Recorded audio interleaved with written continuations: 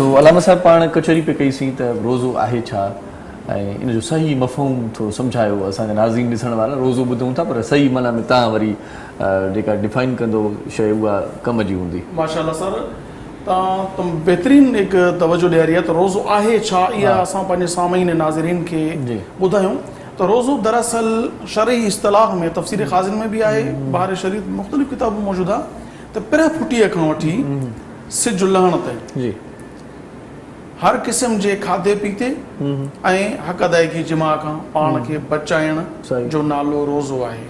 हिते हिकु ख़ासि ॻाल्हि अर्ज़ु कंदो हलंदुसि त पिर फुटण खां रोज़ो खाइण पीअण बंदि करिणो आहे। कुझु माण्हुनि में ग़लतफ़हमी हूंदी आहे त साईं हीअ आज़ान पाड़े जी थिए पई इहा अञा हू आज़ान थींदी तेसीं ताईं खाई वठो। आज़ान थींदी तॾहिं शुरू आहे जॾहिं तव्हांजे रोज़े जो वक़्तु ख़तमु थी चुको हूंदो आहे।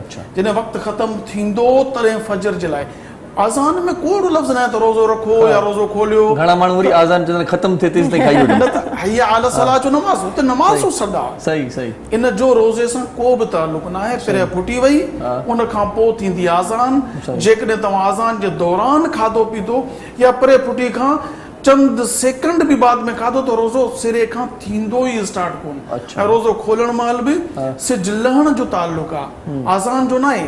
कंहिं ग़लती में ॾिनी मां हिकिड़े भेरे ईअं वञा पियो त मुंहिंजो पंहिंजो ज़ाती तजुर्बो ॿुधायां त मां पोड़ो हिकिड़ो कंहिं मस्जिद जो मौज़िन हो त हुन वीचारे जीअं अखि जो खुली त हुन सम्झियो त को फजर जो टाइम थियो वॾी रोशनी थी वई निंड मां जो थियो त हुनजो होश कमु न पियो करे।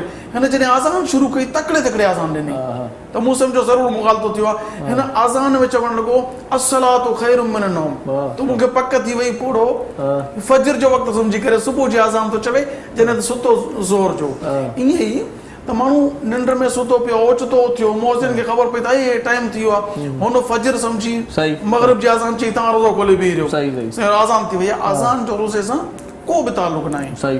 पिर फुटीअ खां अॻु ताईं तव्हां खाओ पीओ जेको हलाल आहे।